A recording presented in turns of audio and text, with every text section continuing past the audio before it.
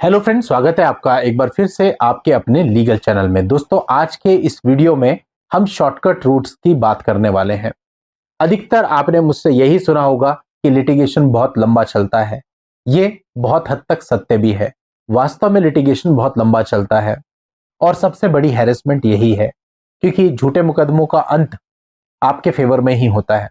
इसलिए वहां इंसान इतना नहीं डरता, क्योंकि उसे पता होता है सब कुछ झूठ ही बोला है और लास्ट में चीजें मेरे फेवर में आ जाएंगी। लेकिन उसकी हैरेसमेंट का मुख्य कारण है, किसी केस में 8 साल लग जाते हैं, किसी में 10 और किसी में इससे भी ज्यादा। और इस पूरे समय में वो एक दूसरे प्लेस से लड़की के प्लेस पे, वाइफ के प्लेस पे आता रहता है। कोई बैंगलोर से देहरादून आ रहा है तो कोई मुंबई से देहरादून आ रहा है, कोई दिल्ली से बैंगलोर जा रहा है, कोई बैंगलोर से दिल्ली आ रहा है। स्थिति बहुत ज्यादा खराब है। तो ऐसे में अगर आप ओवरऑल देखोगे तो आपका सबसे बड़ा रिलीफ यह है कि आप जल्दी इससे कैसे बाहर निकल करके आ जाएं। आज मैं आपको 3 तरीके बताने वाला हूं जिनसे आप इन चीजों में उलझे बिना अपनी लाइफ में आगे बढ़ सकते हैं, इन चीजों से बाहर आ सकते हैं। और सारे ही तरीके मैं आपको लीगल बताऊंगा, कोई भी इलीगल या इम्प्रैक्टिकल तरीका मैं आपको नहीं बताने वाला हूं। जो जिसको सूट करे वो उसको अपना सकता है। तो दोस्तों, वीडियो काफी इंपॉर्टेंट रहेगी। आगे बढ़ने से पहले आपसे रिक्वेस्ट कि आप लोग चैनल को जरूर सब्सक्राइब कर दें। अब भी जब हम अपने एनालिटिक्स देखते हैं तो पता चलता है कि 100% लोग अगर चैनल को देखते हैं तो 30% लोग सब्सक्राइब करते हैं, यानी 70% लोग सब्सक्राइब नहीं करते हैं। देखिए, सब्सक्राइब में आपका कोई पैसा नहीं लगता, लेकिन सब्सक्राइब से क्रिएटर को बहुत मोटिवेशन मिलता है कि वो इस प्रकार का समय आप लोगों के लिए निकालता रहे। तो इसलिए सब्सक्राइब कर दें और नोटिफिकेशन बेल पर भी क्लिक कर दें, ताकि ऐसी कोई भी वीडियो आए तो उसकी जानकारी सबसे पहले आपको मिले। तो दोस्तों, सबसे पहले आते हैं उस सिचुएशन में जहां पर पत्नी अपने मायके चली गई, आप अपने यहाँ पे रह रहे हैं, बातचीत का दौर चल रहा है या कुछ परिस्थितियों में बात हो ही नहीं रही है, ना उनकी तरफ से ना आपकी तरफ से।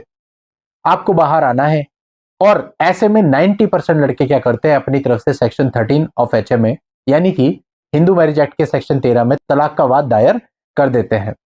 और इससे होता क्या है कि ये वाद तो उनका चलता है बहुत लंबा, लेकिन इस वाद के अगेंस्ट बहुत सारे केसेज भी आपके ऊपर आ जाते हैं। ये वाद पत्नी अपने प्लेस पे भी ट्रांसफर करा लेती है, इसमें आपसे मेंटेनेंस भी मांग लेती है और आप अपने डाइवोर्स केस के लिए ही 10-10 साल तक पत्नी के प्लेस के चक्कर काटते रहते हैं। यानी डाइवोर्स फाइल करना तो बहुत आसान है, लेकिन एक्चुअल में डाइवोर्स इस तरह से मिलना बहुत मुश्किल। तो आप सबसे पहला काम ये करें कि अगर ऐसी परिस्थिति है कि वो अलग रह रही है, आप अलग रह रही है, चल सकता नहीं, आपका डिसाइड हो गया, ईगो में बिल्कुल मत आओ। किसी भी रिश्तेदार को, कॉमन फ्रेंड को बीच में डालो, या मीडिएटर जो आपकी शादी में रहा उसको बीच में डालो और उनसे बात करवाओ।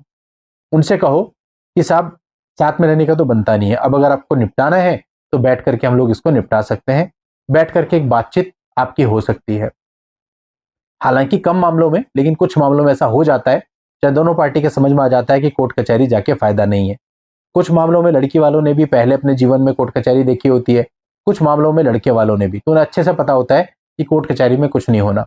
कई बार किसी के समझाने पे भी चीजें बन जाती हैं। और अगर आपका ऐसी स्थिति में म्यूचुअल डाइवोर्स का तय हो जाता है जिसपे दोनों पक्ष राजी हैं, तो सबसे बेहतर और आसानी से बाहर आने का तरीका है म्यूचुअल डाइवोर्स। तो आप इसके लिए ट्राई करो। दूसरा ऑप्शन, यदि आप 100% श्योर हो कि वो लोग म्यूचुअल डाइवोर्स के लिए हाँ बोलेंगे ही नहीं, या फिर वो 1 करोड़ 2 करोड़ आगे से बोलेंगे तो पॉसिबल ही नहीं है, ऐसी परिस्थिति में दूसरा ऑप्शन आपके लिए ये रहेगा कि आप उनसे छेड़छाड़ बिल्कुल मत करो। वो वहां रह रहे हैं, रहने दो। अगर आपके लिए पॉसिबल है, आपकी गवर्नमेंट जॉब नहीं है और आप अफोर्ड कर सकते हो, तो फॉरेन जाके सेटल हो जाओ और अपनी लाइफ को नए सिरे से शुरू करो। और यदि आप इंडिया में ही हो और गवर्नमेंट जॉब में नहीं हो, तो किसी दूसरी सिटी में शिफ्ट हो जाओ। उनको उसके बारे में कुछ मत बताओ और आराम से वहां पर रहते रहो। लाइफ बढ़िया चलेगी। ऐसे बहुत सारे लोगों की लाइफ चल रही है। उसके बाद देखो, कई बार होता है लड़की वाले भी कोई केस नहीं करते और आप भी दूसरे प्लेस पे खुशी से रहते रहते हो। इवन अगर वो केस करते भी हैं तो उसके लिए आपका एड्रेस उनके पास होना बहुत जरूरी है, अदरवाइज कुछ भी हो नहीं पाएगा। थक हार के आदमी अपने आप ही सेटलमेंट पे आ जाता है। इवन एक जजमेंट पे मैंने एक वीडियो बनाया था जहां पर पत्नी के पक्ष में एक एलिमनी का ऑर्डर हुआ था और उसने एक एग्जीक्यूशन फाइल किया था कि साहब, इतना ऑर्डर हो रखा है, पति दे नहीं रहा है, मुझे दिलाया जाए। कोर्ट ने कहा पति का एड्रेस बताओ। पत्नी ने कहा एड्रेस तो मेरे पास है नहीं। कोर्ट ने कहा तो फिर उसकी कोई प्रॉपर्टी बताओ जिसको हम सीज करें, अटैच करें। बोला ऐसा भी कुछ नहीं पता। तो कोर्ट ने क्लियरली अपने जजमेंट में कहा तो भैया, इस परिस्थिति में हम आपकी कोई हेल्प नहीं कर सकते, या तो आप एड्रेस लाओ या उसकी कोई प्रॉपर्टी लाओ। तो यानी कहने का मतलब है, आप अलग रह रहे हैं, दूसरी सिटी में रह रहे हैं, पत्नी को कुछ नहीं पता और वो कुछ भी नहीं करती, तो आपकी लाइफ वैसे ही स्मूथ चल जाएगी। जबरदस्ती के पंगे लेने से आप बच जाओगे। जबरदस्ती जो आपका इतना सालों का टाइम खराब होना है वो आपका बच जाएगा। तीसरा दोस्तों, जहां पर आपको यह पता है कि पत्नी अपनी तरफ से ऑनरेबल सुप्रीम कोर्ट नहीं जाएगी और ना ही वो इतनी दूर बाद में अपियर होने जाएगी। ऐसे बहुत मामले होते हैं, ऐसे बहुत सारे श्योर लड़के मुझसे मिलते हैं जो कहते हैं साहब मैं कोई केस फाइल करूंगा तो वो आएगी नहीं, और वो सेक्शन 9 फाइल कर देते हैं। ये आपकी सबसे बड़ी गलती है। अगर आपको पता है कि वो आएगी ही नहीं तो सीधा डाइवोर्स फाइल कर दो ना। आप सीधा अपनी तरफ से सेक्शन 13 में डाइवोर्स फाइल करोगे, वो आएगी नहीं तो क्या होगा, एक्सपार्टी हो जाएगा। और जब एक्सपार्टी हो जाएगा तो आपको तो डाइवोर्स मिल गया, आफ्टर 3 मंथ्स आप सेकंड मैरिज कर सकते हो, आगे बढ़ जाओ अपनी लाइफ में।